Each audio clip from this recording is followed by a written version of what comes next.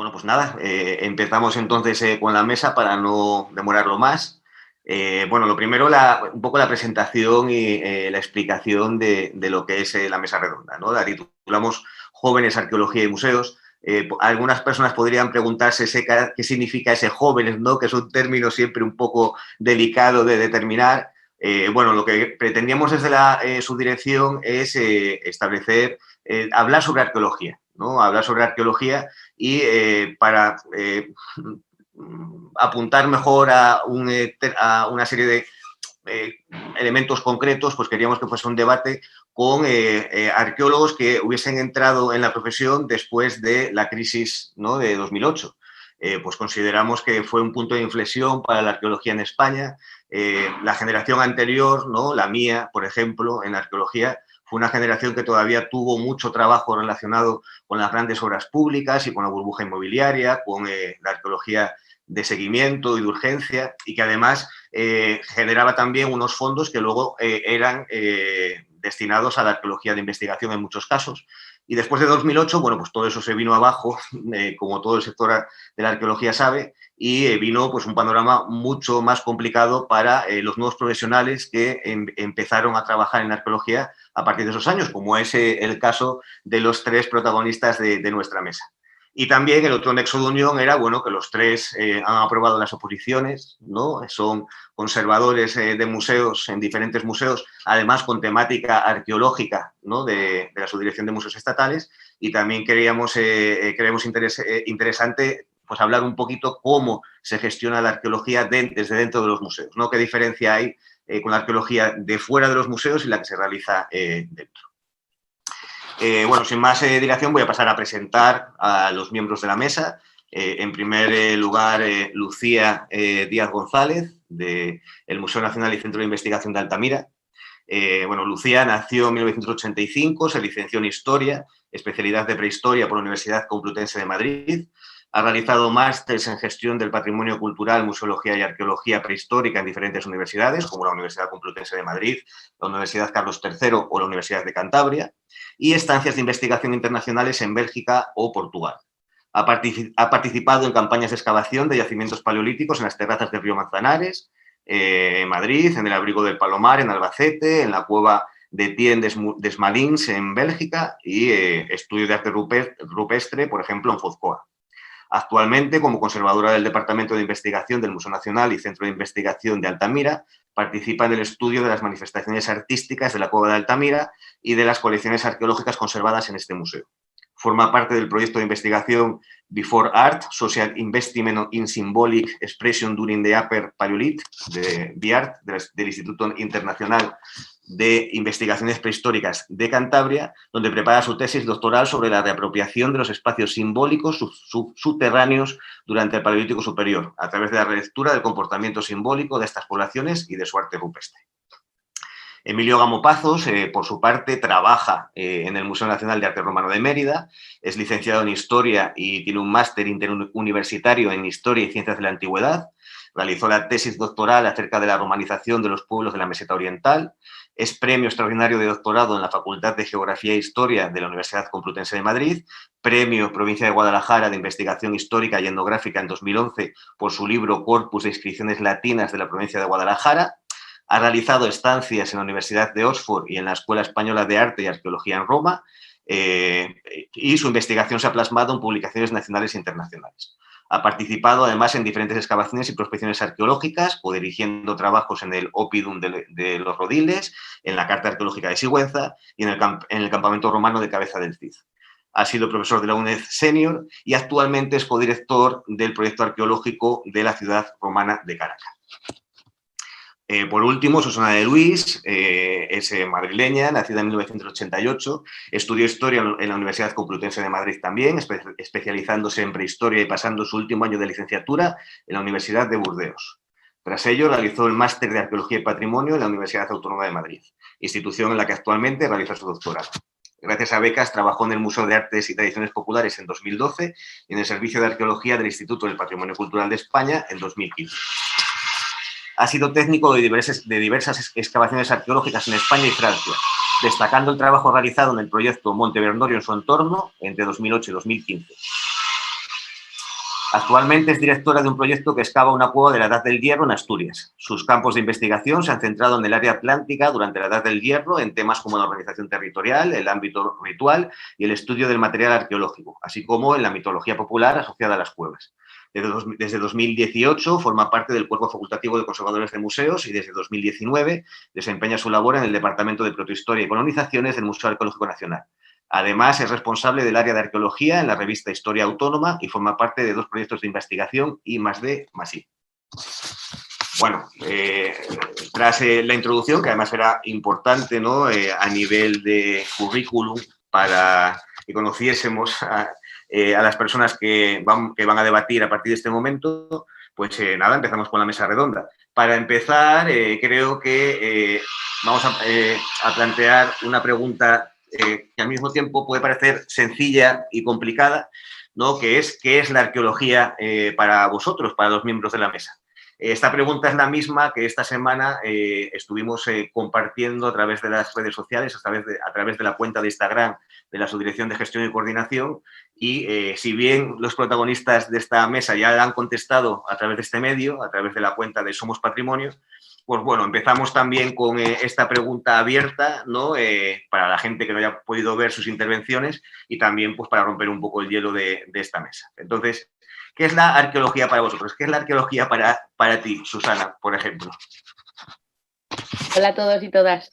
Bueno, en primer lugar, muchas gracias al Instituto y a vosotros desde el Ministerio por hacer posible este encuentro tan interesante. Pues a esta respuesta, la arqueología sabemos que es la ciencia que estudia las sociedades del pasado a través de los restos materiales que localizamos, pero yo creo que para cada arqueólogo y arqueóloga tiene un significado también diferente y común. Muchas veces se nos ve desde fuera como personas que trabajamos en algo muy romántico y muy idealizado, pero muchas veces no es así. Entonces tiene sus cosas, digamos, menos románticas y que muchas veces pues estarán de acuerdo muchos compañeros que sean arqueólogos y arqueólogas y que lo estén viendo, que es una ciencia y un trabajo sufrido en el sentido de que pues estamos en verano excavando a pleno sol, pico para la carretilla, es mucho esfuerzo físico, también es menos romántico el estar lidiando con la administración en el sentido de hacer papeles, proyectos, pedir permisos y todo eso, pero luego sí que es verdad que tiene una parte muy emocionante que hace que los arqueólogos estemos totalmente enganchados a nuestro trabajo, que es la emoción que supone hacer todas estas investigaciones. Es muy emocionante trabajar en el campo y estar excavando y localizar estructuras, localizar piezas que muchas veces son quebraderos de cabeza porque no te esperabas que estuvieran ahí, pero con una emoción increíble las descubres, ¿no? Y también yo creo que es una vocación, o sea, que nadie se mete en esta profesión porque va a triunfar en la vida y va a ganar muchísimo dinero, sino que es una cosa que realmente le importa, ¿no? Y le importa lo que es el patrimonio. Y también para mí la arqueología son los yacimientos a los que te asocias en tus investigaciones, las piezas a las que te asocias también emocionalmente en tus investigaciones y las personas que contigo generan esas investigaciones, ¿no?, que son los equipos de investigación, que es algo muy relevante, ¿no?, el trabajar conjuntamente en una investigación arqueológica. Muy bien, el resto, Emilio, Lucía. Lucía, ¿intervienes tú o...? Como tú quieras, tú mismo. Bueno, vale, si te silencias ya hablo yo. Bueno, en realidad aquí vamos a suscribir prácticamente las palabras de los demás en esta pregunta a todos, porque evidentemente, bueno, en primer lugar hay que agradecer al Instituto y al Ministerio por invitarnos a participar en este seminario tan interesante, pero es que la arqueología para todos nosotros es una pasión. Cualquiera que se dedique a ello entenderá estas palabras perfectamente. Pero yendo un poco más al detalle, para mí la arqueología también es dar voz a los que ya no están, es decir, contar esas historias. Porque, bueno, ya lo ha referido un poco Susana, pero cuando, en mi caso concreto, estás en una cueva y ves por primera vez en 20.000 años una representación artística que no se ha publicado todavía, entras en contacto casi con las personas que la generaron. Y esa pasión, esa esa puesta en contacto con esas otras culturas, yo creo que es lo que nos hace vivir la arqueología. Y por supuesto la arqueología son equipos. Un arqueólogo necesita estar dentro de un equipo de investigación. Si lo veis en los currículums, todos estamos en equipos, además de los equipos de los museos. Y es que es fundamental las personas con las que realizas estas actividades de cara a conocer cómo eran las personas del pasado.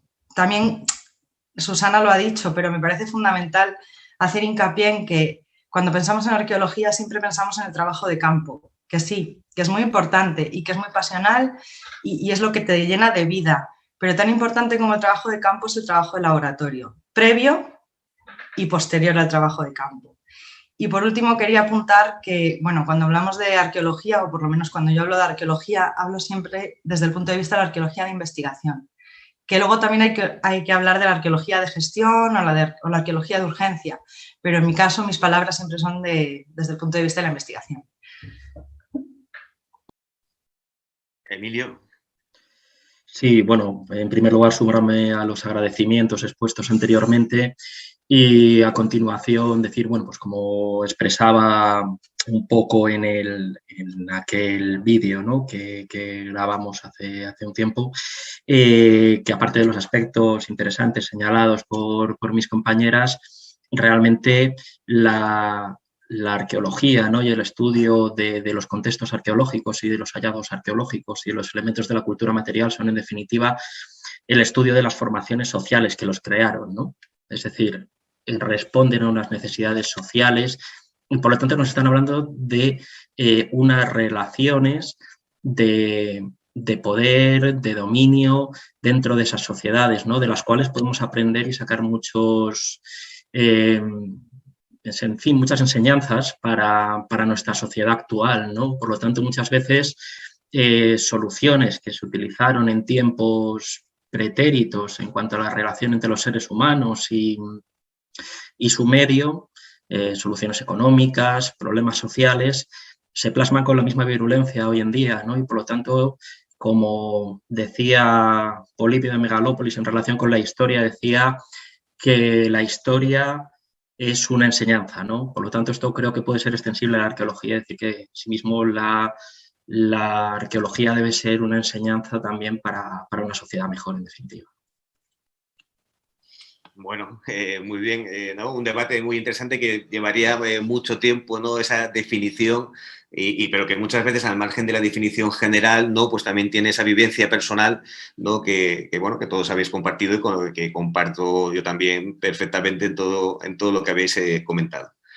Bueno, entrando ya en temas, ¿no?, como ya establecí en la introducción de esta mesa, una de las cosas que más interesantes que queríamos poner sobre la mesa es cómo habíais accedido, ¿no?, a la profesión arqueológica vosotros, que pertenecéis todos a una generación que ya se incorporó al trabajo después de la crisis de 2008 y, bueno, con todos los problemas que antes ya he indicado, vinculados al desplome de la arqueología profesional y también a los recortes en cuanto a ayudas para llevar a cabo trabajos más de investigación.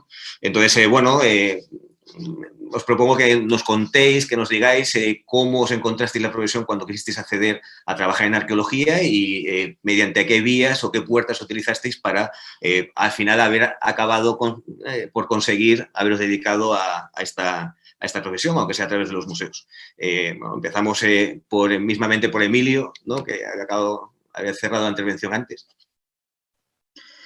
Sí, bueno, sin querer entrar en muchos aspectos, ¿no?, del desarrollo vital de cada uno, pero sí es cierto que yo quiero incidir en el aspecto que ha señalado anteriormente Susana, ¿no?, la parte vocacional de la arqueología, ¿no?, y también la arqueología como una responsabilidad propia de los profesionales de la arqueología con la sociedad, en tanto a que se protege y se divulga un legado histórico, ¿no? Entonces, con esa voluntad, en fin, sin entrar en muchos detalles, las dificultades son infinitas, ¿no? Pero, claro, efectivamente hay que tener esa cuestión, en fin, en mente, ¿no?, que el camino no será fácil, ¿no?, para la gente que se quiera en fin, dedicar a la arqueología, esto es una realidad.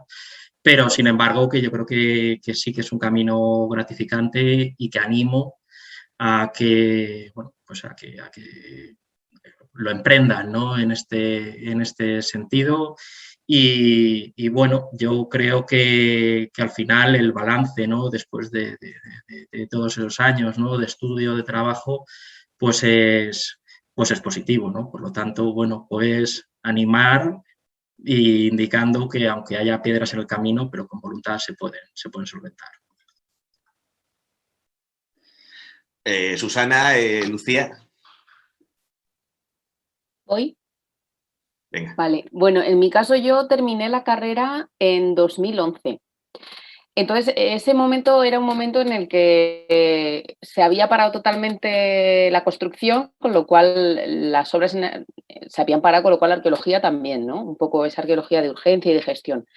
Entonces yo ni siquiera me planteé entrar en ese campo porque no había trabajo. O sea, las empresas que había, muchas cerraron, otras, pues con los trabajadores que tenían, tiraban para adelante. Entonces hice el máster de Arqueología y Patrimonio, porque claro, como nosotros estudiamos licenciatura de Historia, pues para decir cómo que eras arqueólogo tienes que hacer un máster, ¿no? Aparte de haber ido a excavaciones, laboratorios y tal.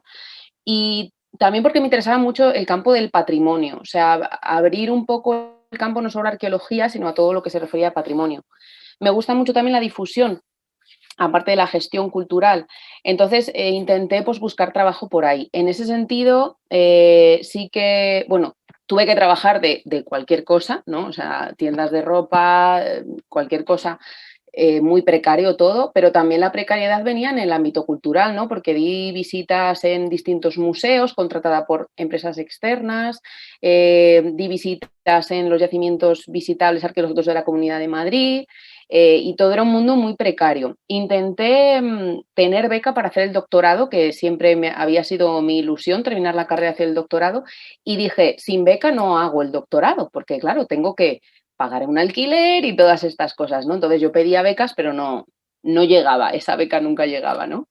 Y lo que sí hice fue pedir otro tipo de becas y fue entonces cuando trabajé en el Museo de Artes y Tradiciones Populares y en el Instituto de Patrimonio Cultural, que es una beca Formarte, que la verdad que estuvo fenomenal porque me puso en contacto con otra parte de la arqueología que es esta relacionada con los inmuebles, vinculado al trabajo con arquitectos y que, bueno, que fue una oportunidad muy buena.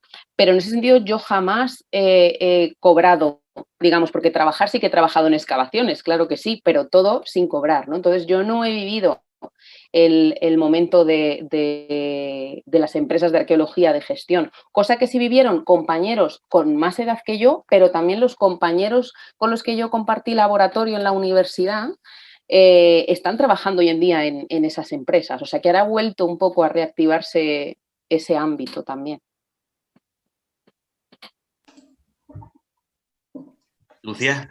Sí, en ese sentido a mí me gustaría comentar que cuando nosotros estábamos estudiando, es verdad que estaban en auge las empresas de arqueología. Bueno, yo terminé en 2008, justo en el estallido de la crisis. Y es verdad que mientras que estudiabas, pues pensabas que podías tener un futuro, ¿no? en esa arqueología de urgencia. Pero bueno, también es verdad que yo tuve mucha suerte con los formadores que tuve en la universidad, que estoy absolutamente en deuda con algunos profesores, y que despertaron en mí lo que os decía, esa pasión por la arqueología de investigación. Por desgracia, la arqueología de investigación, si la de gestión tiene problemas de financiación, la de investigación no digamos, mucho más. Con lo cual, bueno, pues también tuve que reconvertirme, como Susana ha contado, me dediqué más a los temas de gestión cultural y al final también tuve la suerte de conseguir trabajar en el Museo Arqueológico Nacional con algún contrato. Y eso me abrió los ojos a que se puede hacer arqueología desde otros campos que no sean solo la universidad o las empresas de arqueología.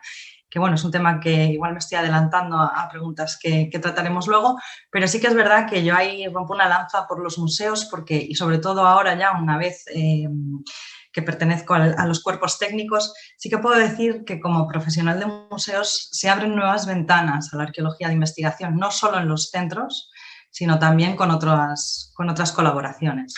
Entonces, bueno, ya os digo que evidentemente, como decía Emilio, piedras en el camino encontraremos, pero en eso consiste la arqueología. Por eso también animo a la gente a que se lance a ello. Vale, muy bien, muchas gracias a todos. La reflexión, además, claro, es interesante no solo desde el punto de vista de ¿no? la vocación y las ganas que tenemos todos, ¿no? Sobre la percepción de la profesión, ¿no? Porque en ocasiones parece que efectivamente la vocación no tiene que mover todo, ¿no? Y que, claro, la arqueología es una profesión como otra cualquiera que tiene que ser remunerada, ¿no? Hay mucho trabajo todavía por hacer y mucho patrimonio por proteger, ¿no? Y en ocasiones, como luego veremos, parece que la única salida no es la opción pública cuando, bueno, se debería poder, ¿no? Los arqueólogos deberían poder llevar a cabo su profesión sin esa precariedad que hablabais. Pero bueno, como inicio de la mesa está muy bien y nos sirve además muy bien para ver ese punto de vista, ¿no? Me llama la atención que en casi los tres casos vuestros no era la vocación básicamente la que os hacía pervivir, vamos. Bueno, ahora ya haciendo una pregunta más específica, que por supuesto Emilio también puede contestar, pero que es más, ¿no? para Lucía y para Susana. En las últimas décadas, uno de los aspectos que ha tratado la arqueología ha sido su relación con la mujer y con el género. Tanto desde el punto de vista, ¿no? de cómo se interpretaba, ¿no? esa presencia de la mujer en las excavaciones arqueológicas y esos elementos de género, como también cómo era tratada profesionalmente la mujer en el ámbito arqueológico, ¿no? Pues, bueno, algunas autoras, ¿no? indicaron, bueno, que es una profesión que en ocasiones tiene algunos comportamientos no demasiado adecuados, ¿no? con las compañeras arqueólogas. Entonces, quería preguntaros principalmente ¿no? a ti, Lucía y a Susana, sobre este asunto, aunque también, por supuesto, Emilio puede opinar, ¿no? Entonces, Lucía, por empezar por ti. Bueno, pues sí, efectivamente la profesión arqueológica, bueno, todas las profesiones, ¿no? están un poco en deuda con la situación de la mujer. En el caso concreto de la arqueología, quizás es todavía más palpable. Es verdad que a mí me encanta que Emilio también se involucre porque creo que esto es una cuestión de todos, que se llegue a determinadas consideraciones de igualdad, ¿no? Pero bueno, también me gustaría comentar que sí es verdad que tenemos esa deuda histórica y sobre todo con las pioneras que abrieron el camino en la arqueología como Mary Leakey o Encarnación Cabré, por ejemplo. Yo creo que el tratamiento de la mujer en la arqueología no solo pasa por valorar las profesionales actuales o las profesionales históricas, sino también por cuestionarnos cómo estamos contando la historia de las mujeres, ¿no? Cómo la estamos contando tanto a nivel de discursos museológicos como a nivel de las investigaciones arqueológicas. ¿Y por qué quiero llevar un poco la conversación a este terreno? Bueno, pues porque me parece fundamental y como herederos que somos de esas arqueologías feministas de género o de arqueologías de la identidad de los años 70 y años 80, con importantes representantes nacionales como Almudena Hernando o Margarita Sánchez Romero, el papel de la mujer en las culturas anteriores a la nuestra tiene que ser visibilizado. Pero me gustaría que diéramos un paso más allá y que no solo visibilizáramos a la mujer donde creemos que estaba, que es un primer paso y está muy bien, pero creo que ahora tenemos que ir al siguiente nivel, que es cuestionarnos si realmente las lecturas que hacemos con nuestras interpretaciones culturales son válidas para las otras sociedades. Y os cuento brevemente un caso muy sencillo. En el Paleolítico siempre hemos asociado o hemos querido asociar que las actividades de más riesgo físico, como la caza, debían de ser actividades masculinas. Bueno, pues esto es una concepción absoluta nuestra, que nada tiene que ver con esas organizaciones sociales, porque en el registro arqueológico no hay nada que así lo demuestre. Al contrario, el año pasado publicaban un estudio de un yacimiento paleolítico de los Andes, donde aparecía una mujer enterrada con cierto ajuar, y entre esas piezas de ajuar aparecían elementos de caza que demostraban que esa mujer estaba asociada a elementos de caza de grandes mamíferos. Bueno, este es un ejemplo de muchos otros que están surgiendo en la arqueología y que creo que son tan importantes difundirlos y ponerlos en valor como difundir y poner en valor el papel de las mujeres que hay detrás de los estudios. Susana. Sí, un poco en la línea de lo que comentaba Lucía, yo creo que la mujer y la arqueología tiene esos dos ámbitos de los que podemos hablar, ¿no? Por un lado, la mujer como arqueóloga. En este ámbito, reflexionando sobre este tema, me percataba de que cuando yo era estudiante y iba a las excavaciones, la gran mayoría de esas excavaciones los directores eran hombres, pero sí que es cierto que había muchas estudiantes, o sea, más o menos a la par, tanto mujeres como hombres. Ahora que tengo más edad, aunque siga siendo joven, pues ahí dentro de la treintena me di cuenta cuando voy a excavaciones y tengo compañeros y compañeras de la misma edad, que los que van al trabajo de campo suelen ser ellos, mientras que las que realizan labores más de laboratorio, investigación, desde sus laboratorios, sus casas, sus trabajos, son ellas.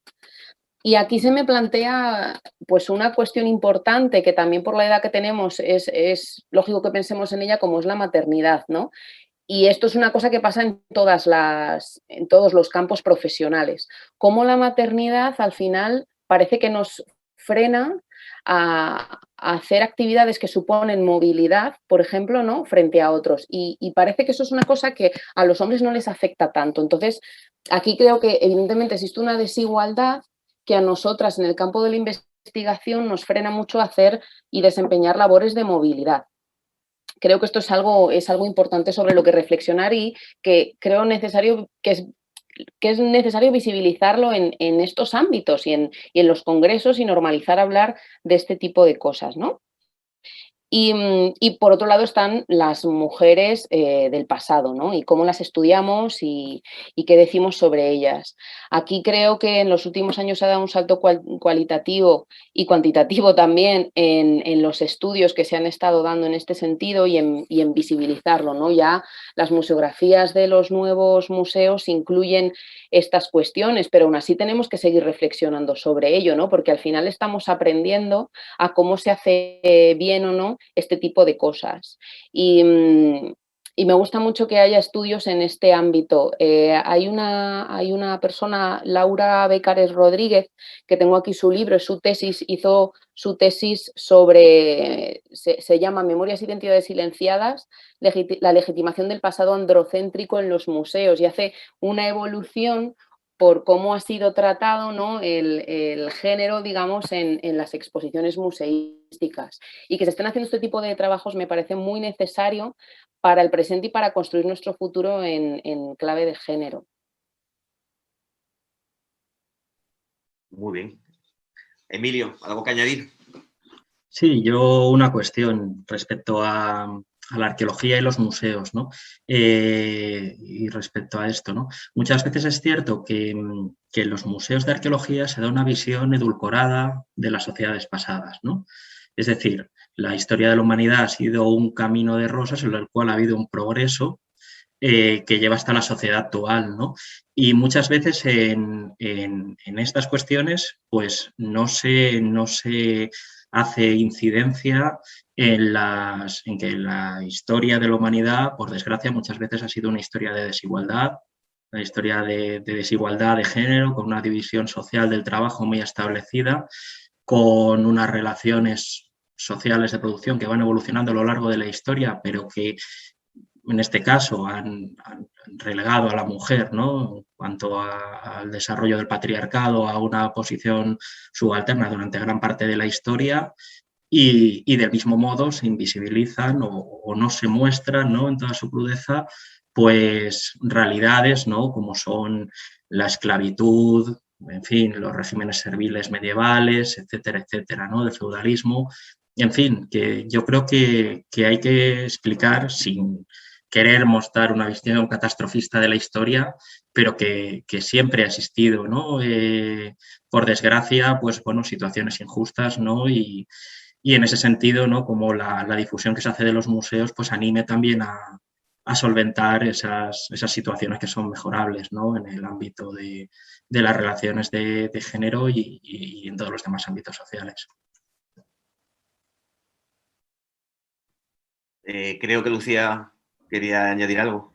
Sí, bueno, después de esta visión tan marxista de Emilio, que está muy bien, es una aproximación muy buena, en realidad me gustaría apuntar o señalar que no podemos olvidar que el 50% de la población cuando estudiamos una cultura son las mujeres, o por lo menos el 50%.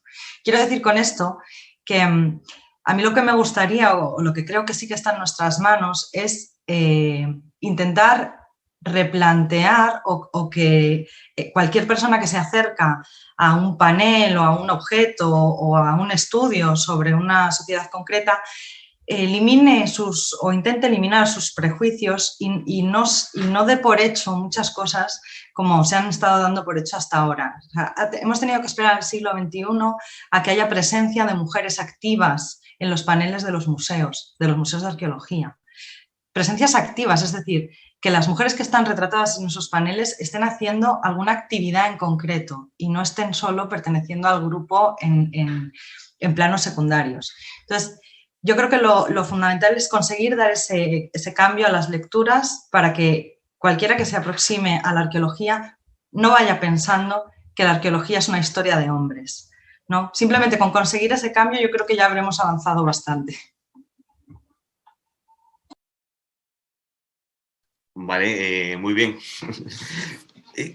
Nada, bueno, sin duda, obviamente yo creo que, por establecer mi opinión, la arqueología es otra, ¿no?, de las profesiones y las actividades humanas, y como todas las profesiones y todas las actividades humanas tiene un sesgo de género evidente, ¿no?, tanto en el tratamiento, ¿no?, a las mujeres que se dedican a la profesión, como a la hora de establecer conclusiones del pasado, ¿no? Y que por lo tanto la arqueología, como el resto de disciplinas profesionales y de la vida, pues requiere una revisión y de localizar esos sesgos de género y solucionarlos, ¿no? Como las demás. Y es verdad que, como decís, que pasa tiempo, te planteas algunos de los aspectos de cuando estás en las excavaciones, ¿no?, y los analizas y te das cuenta, pues, que como todas, ¿no?, hay que valorarlos y localizar esos problemas e intentar solucionarlos, ¿no? Esperemos que vayamos en la dirección correcta, ¿no?, y que se vayan solventando esas diferencias que son evidentes y palpables. Bueno, el siguiente tema, un poco menos polémico, ¿no?, más académico, es que otro de los puntos que tenéis en común es que, bueno, los tres al final aprobasteis unas oposiciones, ¿no?, muy duras y, por lo tanto, accedisteis a una plaza de funcionario con la buena suerte de que los tres terminasteis, ¿no?, en un destino que se adaptaba muy bien a vuestro perfil profesional, porque los tres ¿no?, sois conservadores en museos de arqueología, el Museo de Arte Romano de Mérida, el Museo Nacional Centro de Interpretación de Altamira y el Museo Arqueológico Nacional. Entonces, bueno, quería preguntaros o que hablásemos un poco si cambia mucho, ¿no?, la forma de hacer arqueología desde que habíais llevado a cabo antes con la que después, con la que ahora tenéis que hacer en los museos. Por empezar, por alguien, Susana. Bueno, sí y no. Yo, por ejemplo, que estuve muchos años en el laboratorio de la facultad, vinculado al yacimiento de Monte Bernorio, pues lo que hacías era ir a excavar en verano al yacimiento, ¿no? Por lo tanto, conocías el terreno y luego, posteriormente, durante el año, estudiabas los materiales, ¿no? A mí siempre me ha encantado esto. O sea, yo tenía clarísimo desde que pisé la facultad que yo quería trabajar en un museo y esperé a que salieran las oposiciones y a por ello, ¿no? Porque me apasiona trabajar con las piezas. Pero cuando llegas a un museo, te pasa lo contrario. Tienes las piezas, pero igual no conoces el yacimiento. Entonces, a mí este giro me costó mucho, ¿no? Y entonces, pues me puse a trabajar en ello. Fue casi de lo primero que hice, ¿no? Intentar hacer un listado de yacimientos, de saber cuándo vinieron estas piezas, cómo vinieron, dónde está ese yacimiento, cuándo fue excavado, porque me costaba muchísimo ver las piezas sin tener la información del yacimiento. Pero sí que es verdad que se parece en el sentido a que en un laboratorio de una excavación clasificas las piezas, haces muchísimo el ojo, entonces vas viendo muchas tipologías, lo limpias también, entonces tienes un cierto conocimiento de conservación, los embalas también. Entonces, había cosas que a mí me recuerdan muchísimo a ese laboratorio de cuando yo era estudiante. Y bueno, y luego también haces arqueología de investigación, mucha de investigación, sobre todo con la documentación, ¿no? Tienes que, en un museo como el Museo Arqueológico Nacional, con tantos años de historia, con piezas que han venido desde el siglo XIX, pues tienes que hacer mucha investigación de archivo. Y bueno, es algo que se parece a lo que haces en el laboratorio en el sentido de que encuentras unas piezas y tienes que leer mucho para saber ubicar bien cronológicamente, tipológicamente las piezas que has encontrado en el yacimiento.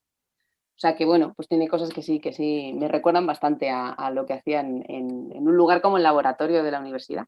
Por eso yo a los estudiantes, si pueden, a mí fue realmente casi lo que me ayudó a ser arqueóloga, el ir al terreno, pero sobre todo también el apuntarse a esos laboratorios que te proponen desde la universidad.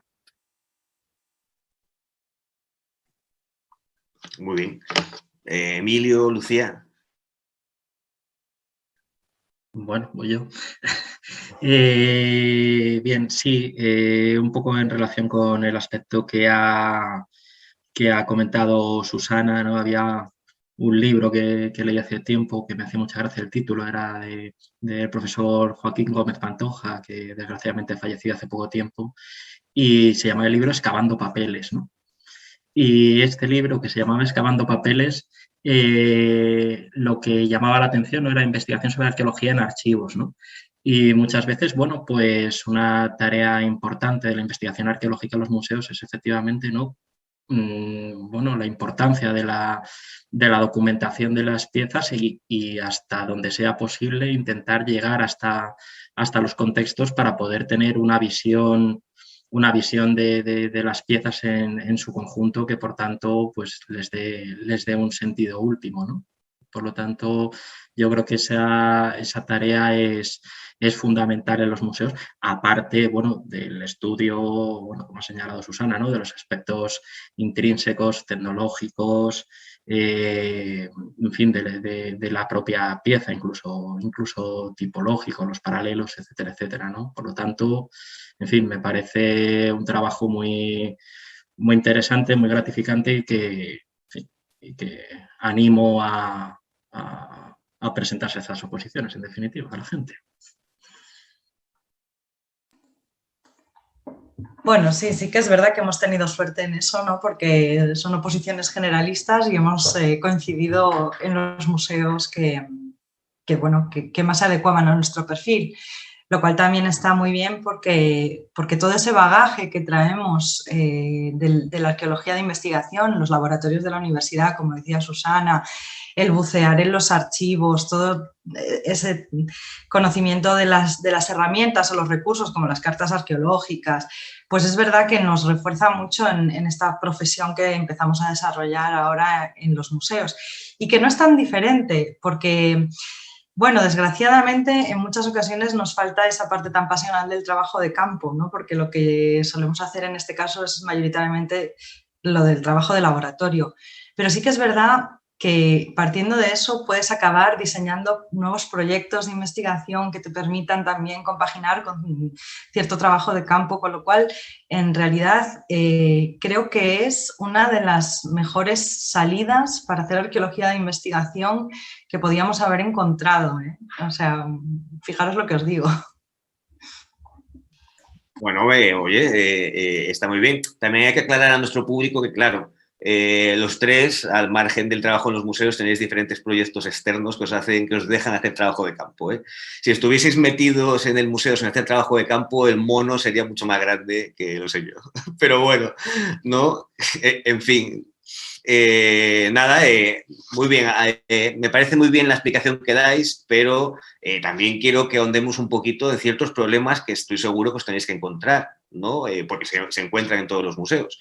Como por ejemplo que, vale, muy bien, trabajo de investigación en los museos, pero trabajo de investigación muchas veces basado en objetos de segunda mano, ¿no? Refiriéndome a segunda mano a cultura material localizada por arqueología, pero localizada por la arqueología de hace muchos años y que por tanto no incorpora la misma información asociada, ¿no? Que la arqueología que se hace hoy, ¿no? Es decir, elementos que pueden tener un interés tipológico, un interés artístico, pero que en ocasiones cuesta mucho asociar, ¿no? Al contexto original que ya hace muchos años que ha sido excavado.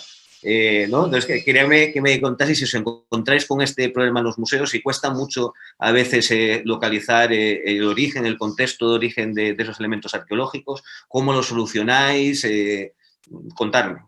Por ejemplo, Voy a empezar en este caso por Emilio, que sé que es un apasionado de la epigrafía, ¿no? Por ejemplo, y en el Museo de Arte Romano de Mérida hay bastante, ¿no? Y entonces cuando uno se encuentra con bueno, un elemento epigráfico, ¿no?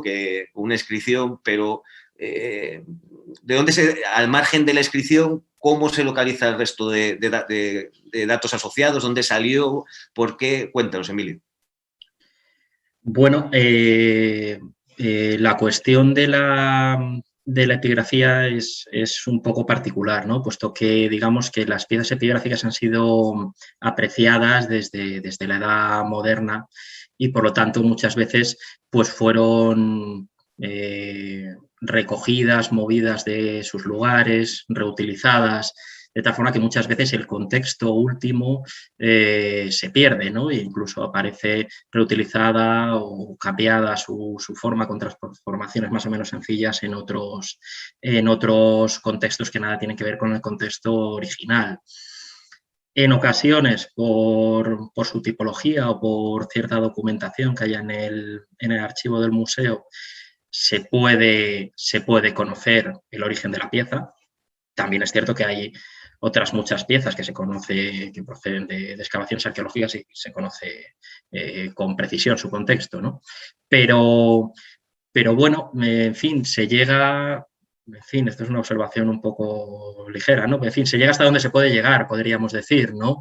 Y es cierto que hay algunos elementos, y específicamente la epigrafía, que sabiendo un contexto amplio, bueno, pues sí nos muestran cuestiones de interés, aunque desgraciadamente no se tengan en todas las ocasiones todos los datos sobre su contexto, ¿no? Evidentemente cuando se puede saber, en fin, si un epígrafe funerario procede de una u otra necrópolis emeritense, pues bueno, se puede tener una visión más clara, pero bueno, si no es así, pues siempre se aporta información importante, ¿no? Esto yo creo que sucede también en muchos hallazgos arqueológicos de todos los tipos y es el gran problema, ¿no? Por el cual se deben respetar los yacimientos arqueológicos y es el peligro de la descontextualización, ¿no? Que siempre es una pérdida de información muy valiosa para la investigación,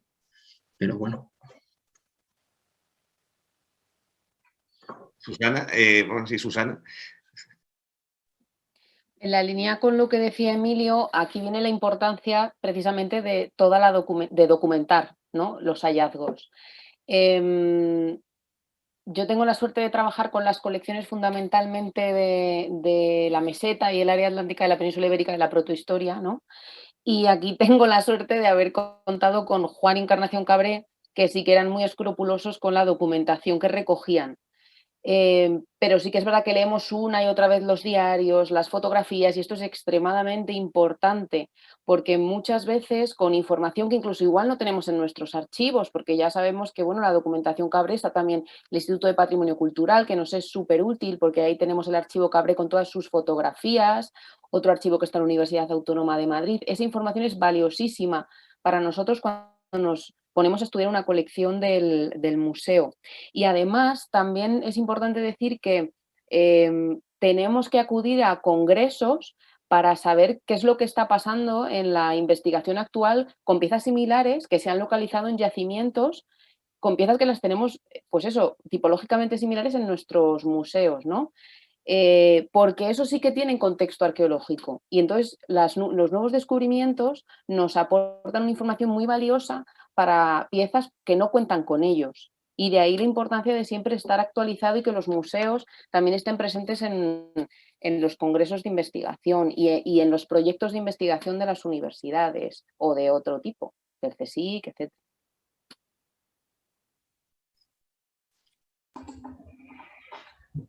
Bueno, a mí me gustaría añadir que me daba mucha envidia escuchar a Emilio hablar de los epígrafes porque por lo menos tus piezas hablan. Las piezas que estudiamos en el Museo de Altamira es verdad que sin contexto pierden muchísima información. Y al hilo de lo que estáis diciendo, evidentemente la documentación de archivo juega un papel fundamental. Cuando la tienes o cuando se le ha dado el valor suficiente como para conservarse en momentos anteriores, cosa que no siempre pasa, a lo cual además añades otro segundo problema a esas colecciones de segunda mano. Y en este sentido, además de los congresos, a mí me parece fundamental también señalar el papel que tienen las bibliotecas especializadas que tenemos en algunos de los museos, que es una suerte increíble porque muchas veces es donde consigues encontrar la información en relación con otras piezas que sí tienen esos contextos y que te ayudan a ubicar un poco esas colecciones que tienes. Pero esto de las piezas arqueológicas de segunda mano, que de primeras puede parecer algo menos atractivo, a mí me parece un reto increíble al que nos enfrentamos, porque no deja de ser investigación en sí misma también, y ser capaces de exprimir la información que pueden dar estas piezas y que todavía tienen mucha información por darnos, me parece fundamental para luego poder transmitirla a la sociedad. O sea que para mí este punto, digamos que es uno de nuestros retos de futuro de los museos arqueológicos, seguir investigando estas colecciones y, por supuesto, seguir encontrando documentaciones en otros archivos, colaborar con otras instituciones o con otras excavaciones de otros yacimientos similares. En fin, es que en la arqueología no estamos solos. Ahí vamos a entrar ahora, ¿no?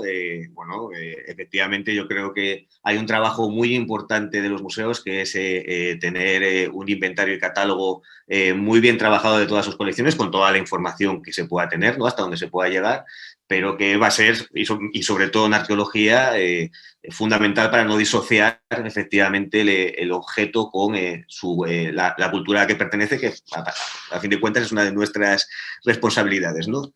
Y al hilo de todo esto, como dice Lucía, pues me gustaría preguntaros si creéis que los museos deberían tener más presencia en los trabajos arqueológicos que se están llevando a cabo hoy, ¿no? Y que es relativamente poco frecuente, ¿no?, que sean dirigidos o coordinados ni siquiera, ¿no?, por los museos, ¿no? Casi siempre es la universidad la que está detrás, y más en concreto, ¿no?, por los museos estatales, como son los vuestros, porque, claro, las competencias suelen corresponder a las comunidades autónomas. Entonces, ¿creéis que debe haber un lazo de unión más fuerte entre vuestros museos y los yacimientos arqueológicos de la temática que tratan vuestros museos?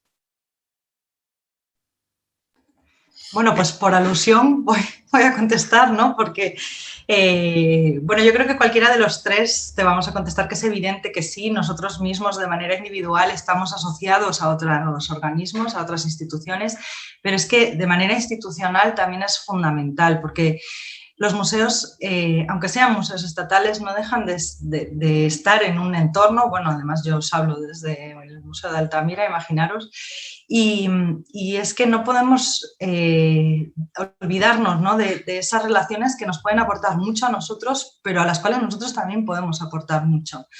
Desgraciadamente, la realidad que tenemos los museos es que no somos organismos públicos de investigación reconocidos en la ley, esto es una realidad que todos conocemos y que nos limita bastante también en cuanto a la obtención de financiación para determinados proyectos, pero eso tampoco nos puede frenar. Con esto quiero decir que, y cada vez yo creo que se hace y se hace más, los museos arqueológicos en general tienen que tener en cuenta que es fundamental continuar con las investigaciones de las colecciones, y en este sentido cuentan con recursos, en cierta manera a veces limitados, pero bueno, tienen recursos propios con los que pueden llevarlas a cabo.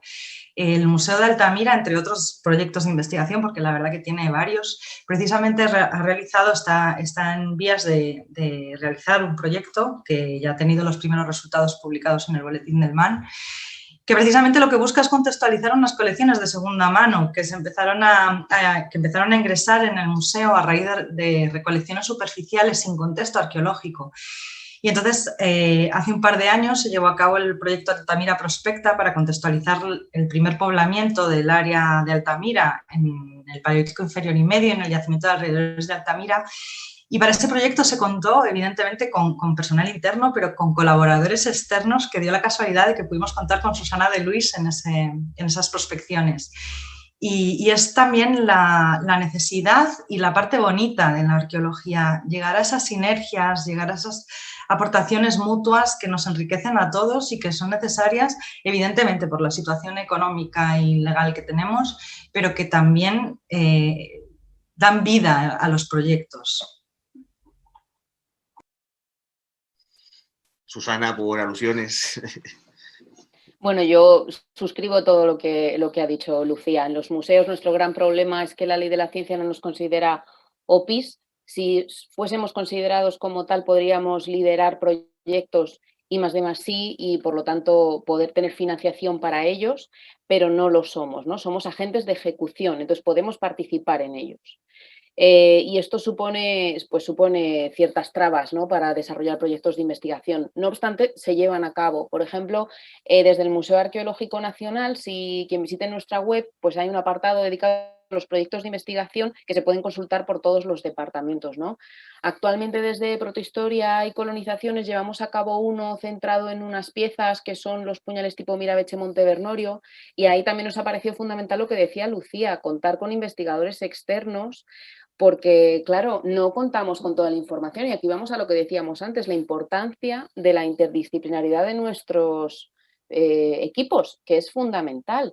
En este sentido, pues desde el museo nos encargamos de la parte de esa arqueología de los archivos, ¿no?, de documentar las piezas, pero contamos también con una persona, un investigador arqueometalurgo especializado en hierro, o sea, algo muy concreto, que es Marc Janet, y la verdad que nos está dando la vida, porque él ha trabajado muchísimo con este tipo de problemáticas en la investigación, ¿no? Y también necesitamos de las restauradoras del Departamento de Conservación, porque es muy importante también en los museos esa simbiosis que se crea entre la conservación y la investigación y la restauración, porque van a intervenir las restauradoras en las piezas, ¿no? Y se parte de una investigación previa muy necesaria. Entonces, bueno, en fin, y en conclusión, que es muy necesario seguir creando esas sinergias y también que nos puedan dotar de medios económicos e institucionales. Los convenios son una herramienta, ¿no?, que yo creo que deberíamos fomentarla todavía más de lo que lo hacemos. Emilio. Sí, bueno, un poco recalcar la cuestión que se ha señalado, que sería deseable, ¿no?, para fomentar la investigación en los museos, ¿no?, esa consideración como OPIs, y bueno, señalar también que aún así con esa dificultad, ¿no?, en cuanto a acceder a financiación de los proyectos, pero que sí se desarrollan proyectos de investigación interesantes en los museos. Por ejemplo, el Museo Nacional de Arte Romano está excavando actualmente la ciudad romana de Amaya, en Portugal, donde se ha descubierto un anfiteatro, lo cual constituye una interesante novedad arqueológica para la romanización en Lusitania. Vale, muy bien. Yo, bueno, en general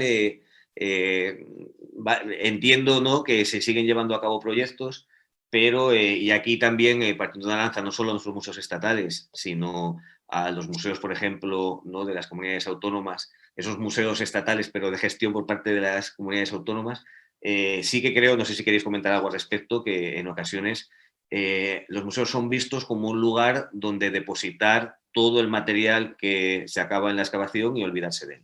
Hay muchas veces que me da esa sensación, ¿no?, sobre todo para estos museos en concreto, ¿no?, que es, bueno, nada, yo acabo el trabajo y el museo es el sitio donde voy a dejar todas estas cajas, como mucho voy a hacer una selección del material así más importante, ¿no?, para que por si ellos lo quieren, tal, ¿no? Y entonces que luego, por supuesto, hay grandísimos profesionales en los museos de arqueología que retoman ese trabajo y empiezan, ahora vamos hacia atrás, ¿no?, con ese trabajo, ¿no?, con el material de segunda mano, estudiando mucho más esas colecciones que les llegan de las intervenciones y aprovechando todo ese material, ¿no?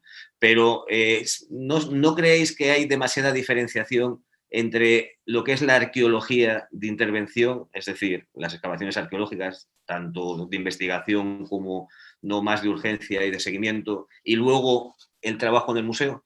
¿Creéis que hay la suficiente comunicación entre los museos y los arqueólogos que están en esos temas? ¿O debería haber más?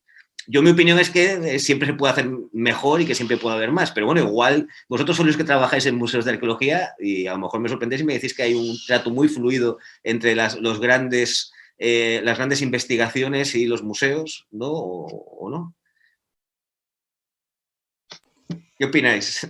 Bueno, pues me parece un tema súper interesante, Ángel, pero responde a unas realidades un poco complejas. Yo creo que museos y universidad, entendiendo por universidad como esa arqueología de intervención o de investigación, ¿no? Porque ellos sí que tienen la categoría de organismo público de investigación, evidentemente, han remado en muchas ocasiones en vías paralelas, pero que no llegaban nunca a juntarse. Y creo que eso es tarea de ambos ámbitos, digamos, que esos ríos se crucen, porque me parece que es fundamental, ya lo hemos dicho. Así que es verdad que yo sí que voy viendo algunos esfuerzos de acercamiento, lo que pasa que, bueno, pues creo que todavía queda mucho camino por andar y creo que como representante de museos también tenemos una labor importante que hacer, porque en nuestro ámbito hemos centrado muchas veces nuestras investigaciones o la publicación de los resultados en unos canales de comunicación propios de museos, donde las universidades o los centros de investigación, digamos, no están inmersos. Entonces, creo que también es necesario para nosotros, para posicionarnos en esos circuitos y para que nos valoren, como realmente merecemos que nos valoren, porque evidentemente hay profesionales increíbles en los museos, que también se apunte a los otros canales que ya comentaba Susana, pues congresos nacionales o internacionales específicos de la materia de los museos, cosa que en ocasiones ya se hace, ¿eh? No digo que no se haga, pero sí que es verdad que si queremos que nos tengan en cuenta, también tenemos que hacer una autocrítica de por qué no nos están teniendo en cuenta, ¿no? Igual estas palabras son un poco duras con los compañeros, pero me parece fundamental también que entremos en esos canales de difusión de las investigaciones que hacemos, porque el mundo universitario, y eso que yo estoy en un proyecto en una universidad, es un mundo muy cerrado. Y sí que es verdad esa visión que tú comentabas, que yo también veo en concreto en Cantabria, y creo que la manera de romperla tiene que salir de nosotros, porque del otro mundo me parece que va a ser difícil que salga. Yo quería comentar también, por ejemplo, en el Museo Arqueológico Nacional, creo que la situación quizás es diferente a otros museos arqueológicos, no lo sé, vosotros me diréis. Casi todos los lunes la sala de investigadores hay gente y muchas veces está llena. Y fijaros que ahora con el COVID tenemos nuestras medidas y tal, pero siempre, constantemente tenemos investigadores investigando las piezas del museo, con lo cual hay una afluencia de investigadores importante. Y también creo que muchas veces en otros museos el problema está en la falta de personal. O sea, el personal de los museos provinciales me consta que no dan abasto para atender las solicitudes de investigadores. Entonces ahí también tenemos un gran problema también para poder gestionar las solicitudes de investigadores que se interesan por las piezas. Emilio. Sí, bueno, respecto al papel de los museos, ¿no? Yo creo que hay un punto, ¿no? Aparte de las propias investigaciones que desarrollan los museos sobre sus fondos o proyectos externos, ¿no? También ser centro de referencia de la investigación en el sentido de que sean catalizador de las investigadores, de las investigaciones que se realizan, ¿no? Con la existencia de esas bibliotecas de investigación, ¿no? Como es el caso de la Biblioteca del Museo Nacional de Arte Romano, del Museo Arqueológico Nacional, ¿no? Bibliotecas de referencia en su ámbito, ¿no? Y también cómo, en cierto modo, los museos tienen cierta capacidad para realizar pues, esos congresos y conferencias en las que se muestre de forma conjunta los resultados que vienen desde los distintos ámbitos de la investigación arqueológica, ¿no? Me refiero, por un lado, a la arqueología de gestión, en la que hay magníficos profesionales que, sin embargo,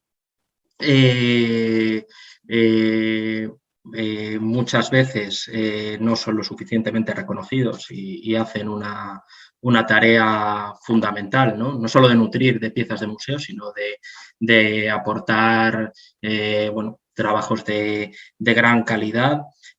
También los estudios que se realizan por parte de la universidad y del Consejo Superior de Investigaciones científicas, ¿no? Y en ese sentido, muchos museos, pues por ejemplo el Museo de Guadalajara, entre otros muchos, pues hace esos esfuerzos, ¿no? Por realizar congresos de su ámbito, ¿no? Que permitan unir esos distintos estudios interdisciplinares desde distintos aspectos acerca de, bueno, temáticas relacionadas de uno u otro modo con su ámbito, ¿no? Bueno, bien, entiendo vuestra opinión. A lo mejor es que sois más buenos que yo, ¿no? Yo no me refiero solo a la arqueología, me refiero al resto de disciplinas que ocupan los museos, y me refería sobre todo a que en ciertas ocasiones parece que es muy habitual que los museos acojáis en vuestras jornadas, en vuestras conferencias, a profesionales de la universidad, y al contrario es mucho menos habitual. Cuando, ya que no, ahora mismo no trabajo en un museo, ¿no? Pues yo creo que habría que reivindicar al conservador de museos, que es probablemente el que mejor conozca, ¿no? La cultura material de la que trabaja, tanto en arqueología como el de pintura en los museos de Bellas Artes, como el de escultura, como el de cualquier disciplina, ¿no? Me refería un poquito más a eso, a que parece que podríamos entrar en riesgo de convertir a los museos en lugares únicamente de gestión de sus colecciones, ¿no? Y que pareciese que la investigación pues, fuese únicamente parte, efectivamente, de esos organismos considerados OPIs de las universidades, que también hacen un gran trabajo, ¿no? Pero que, bueno, también hay que reivindicar el trabajo de investigación que hacemos nosotros, y que, desde mi humilde punto de vista, parece que en ocasiones solo se queda dentro de nuestros muros, porque no todas las instituciones de investigación reconocen ese trabajo. No sé si queréis añadir algo.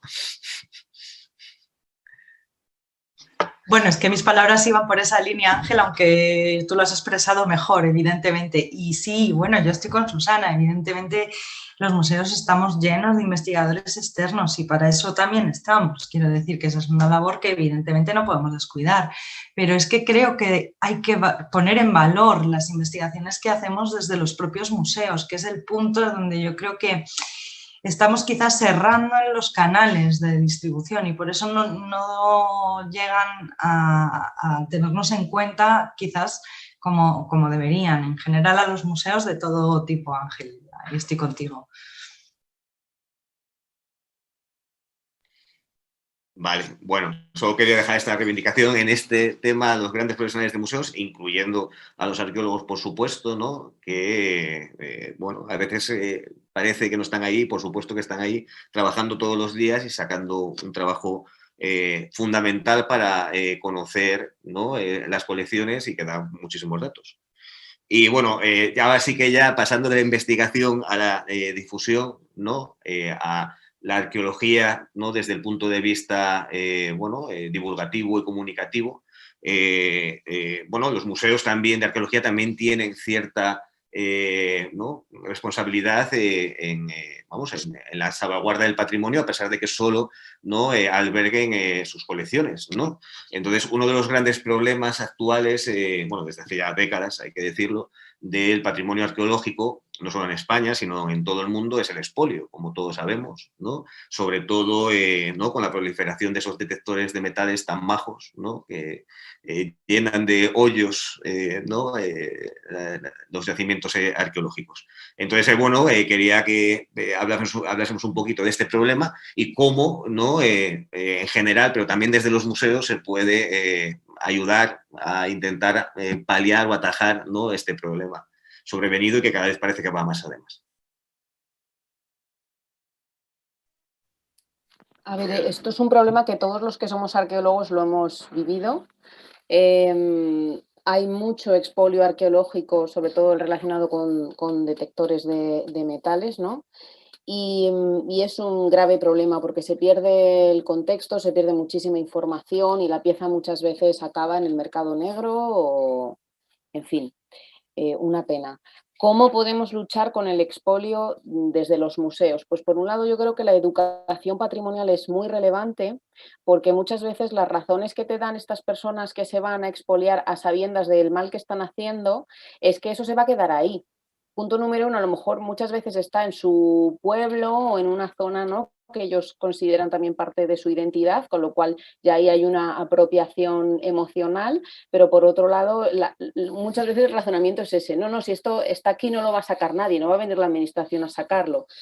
Y no están entendiendo el daño que están haciendo. Bueno, sí que lo saben, pero ese es su razonamiento.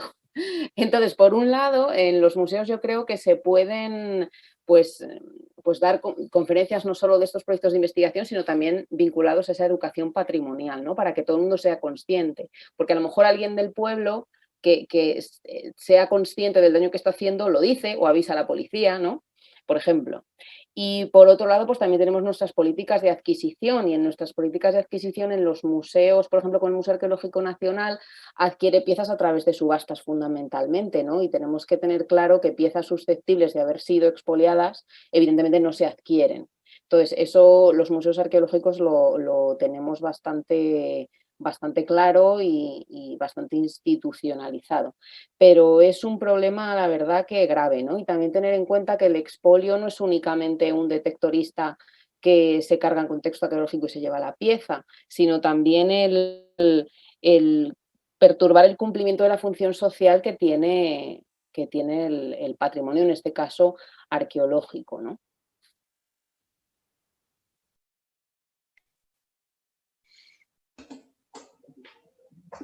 Bueno, yo creo que la concienciación social de la importancia del contexto arqueológico de las piezas y no de la pieza en sí misma es el arma más poderosa, ¿no?, que podemos tener para este tema. Porque, bueno, yo me río cuando comentáis lo de los detectores de metales, que es una alteración gordísima y que además he llegado a ver usarlos en yacimientos paleolíticos, que ya me diréis dónde les va a pitar el detector. O sea, y aún así hacen los agujeros, ¿eh?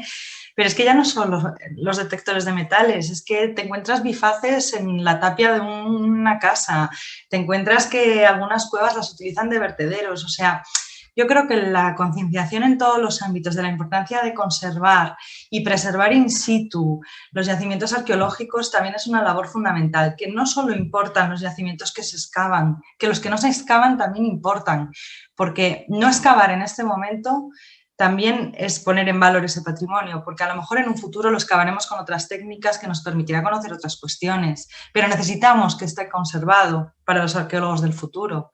Entonces, bueno, pues apoyo absolutamente lo que ha dicho Susana, porque es que me parece que es la vía fundamental para intentar erradicar estas prácticas, que me parece una cuestión muy complicada, también os lo digo.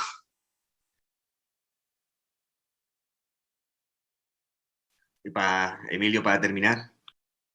Sí, bueno, un poco pues incidir en lo que han señalado mis compañeras, ¿no? Bueno, la labor de los museos como concienciadores, ¿no?, del valor que tienen esos objetos, de la importancia, ¿no?, de esas historias que nos cuentan, pero que para que esas piezas, lo que te explicas es que para que esas piezas, por así decirlo, nos hablen, tienen que hablarnos en su contexto, ¿no? Si no, pues van perdiendo palabras, ¿no? Se van quemando las páginas de ese libro, ¿no?, del contexto.